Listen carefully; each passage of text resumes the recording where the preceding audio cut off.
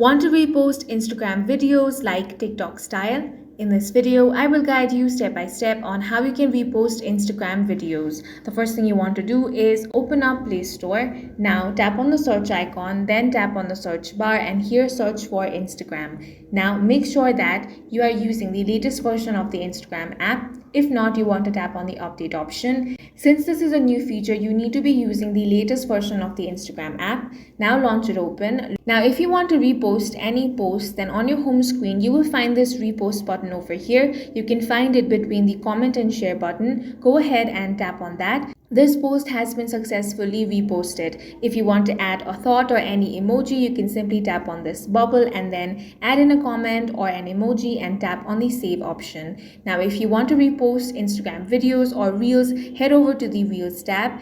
Here as well, you will find the repost button. Tap on that. You can drop an emoji or a comment over here, then tap on the save option. If you want to check out all of your reposted videos, tap on your profile icon, then tap on this repost icon and you will find all of your reposted posts and videos over here. And that's all for this video. If you found it useful, make sure to hit the like button and subscribe for more videos like this.